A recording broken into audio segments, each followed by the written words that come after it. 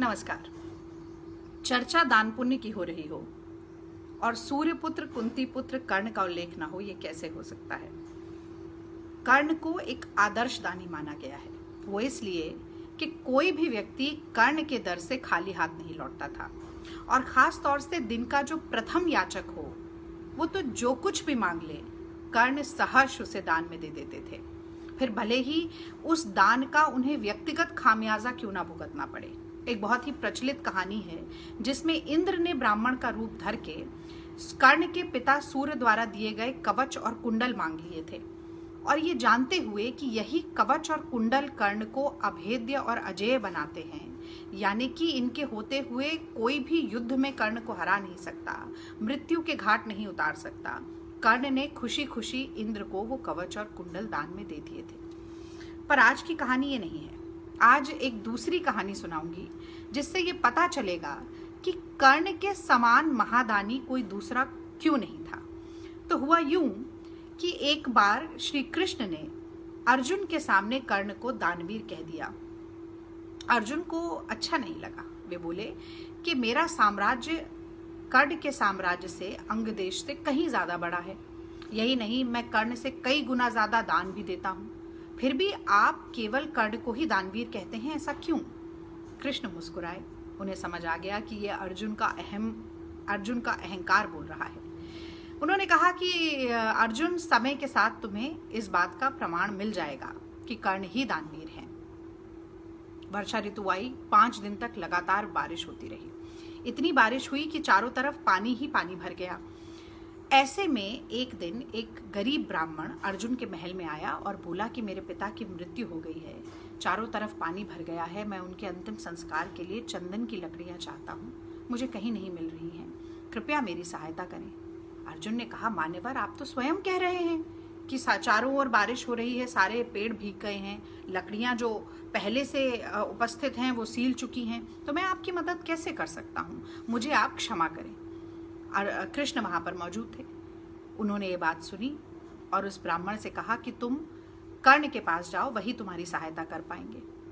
अर्जुन ने फिर कृष्ण जी से पूछा कि ये कैसी बात आपने कही, जब पूरे देश में वर्षा हो रही है, जब हर जगह लकड़ियां गीली हैं, तो कर्ण कैसे सहायता करेगा?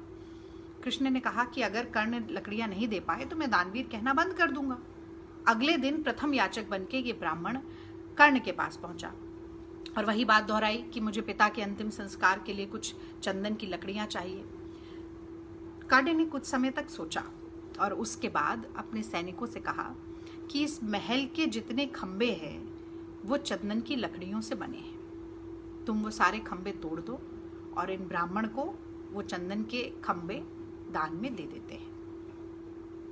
अगले दिन ये बात अर्जुन को पता चली, बहुत शर्मसार हुए और कृष्ण से बोले कि आपने सही कहा था कि कर्ण ही महादानी है, इसलिए क्योंकि अपने घर को तोड़कर दूसरे की मदद की जा सकती है, ये ख्याल तो मेरे मन में आया ही नहीं।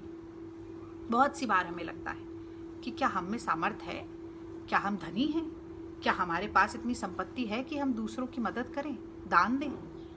तो ये कहानी हमें सिखाती है कि दूसरे की मदद करने के लिए खुद का संपन्न होना जरूरी नहीं, दान देने की, सहायता करने की इच्छा का प्रबल होना जरूरी है। आज का वीडियो थोड़ा लंबा रहेगा क्योंकि एक बात मैं और साथ में जोड़ूंगी। आजकल दूरदर्शन पर रामायण और महाभारत दोनों का प्रसारण हो रहा है, तो समाज में, संस्कृति में, हमारी परंपरा में दान का कितना महत्व है, दान का महात्म्य कितना प्रभावशाली है, इन दोनों यानी कि रामायण और महाभारत के एक एक पात्र की अगर हम तुलना करें तो हमें समझ आ जाएगा। रामायण से बात करते हैं हम विभीषण की। विभीषण का जन्म तो हुआ दुरात्माओं के बीच, राक्षसों के बीच। अपने भाई की कुटिलता को देखते हुए उसने ये अंत में निर्णय किया कि मैं श्री राम की शरण में जाऊंगा, उनकी मदद करूंगा।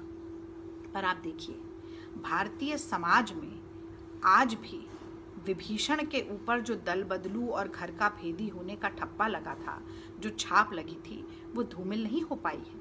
इसका प्रत्यक्ष प्रमाण है कि हमारे देश के माता पिता अपने बच्चे का नाम कभी भी विभीषण नहीं रखते। वहीं दूसरी तरफ कर्ण को देखिए, जो कि अंश तो थे सूर्य का, लेकिन जीवन भर अधर्मियों के साथ रहे। यानी कि महाभारत के युद्ध में जब धर्म और अधर्म के बीच की लड़ाई थी तो वो कौरवों के साथ थे, वो दुराचारियों के साथ थे, लेकिन उनका एक गुण था जिसने उन्हें समाज में प्रतिष्ठित किया, और इतना प्रतिष्ठित किया कि त्रेता युग से लेकर आज कलयुग तक कर्ण को महादानी दानवीर की ही संज्ञा या उपमा दी जाती है। माता पिता खुशी के साथ अपने बच्चे का नाम कर्ण रखते हैं और चाहते हैं कि कर्ण के जो गुण थे, उनकी कुछ चमक, उनकी कुछ आभा बच्चों में भी दिखाई दे। और यही नहीं, ये दानवीरता ही थी जिसके कारण कर्ण को स्वयं भी मोक्ष का द्वार मिला। वो कैसे? जब मृत्युशैया पर कर्ण पड़े थे तब कृष्ण ने सोचा कि एक अंतिम परीक्षा लेता हूँ। एक ब्राह्मण का रूप धर के गए और कर्ण से बोले कि आप तो दानवीर कहलाते हैं, आज आप मृत्युशैया पर पड़े हैं, क्या आज भी आप मेरी कोई सहायता कर पाएंगे? तो कर्ण ने कहा जरूर, और पास में पड़ा एक पत्थर उठाया, अपना जो सोने का दांत था उसे तोड़कर श्री कृष्ण को दे दिया। पर कृष्ण की लीला तो अपरंपार है, इसके बावजूद भी बोले कि कुछ और सहायता कीजिए। तो कर्ण ने कहा कि मेरे जितने भी पुण्य हैं मैं सब आपको समर्पित करता हूँ।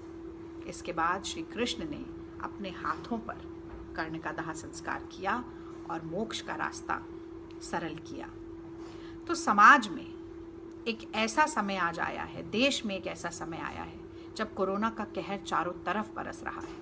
ऐसे में ये जो 2-3 कहानियां हैं, ये हमें समझाती हैं कि दान से बड़ा कोई दीन नहीं, सहायता से बड़ी कोई सेवा नहीं, भलाई से बड़ी कोई भक्ति नहीं, परोपकार से बड़ा कोई पुण्य नहीं, और अपने अंदर की दान देने की प्रवृत्ति को जागृत करने का, दूसरों की सहायता करने की प्रवृत्ति को जागृत करने का, दूसरों को संकट से उबारने की प्रवृत्ति को जागृत करने का, इससे बेहतर समय और कोई नहीं हो सकता है।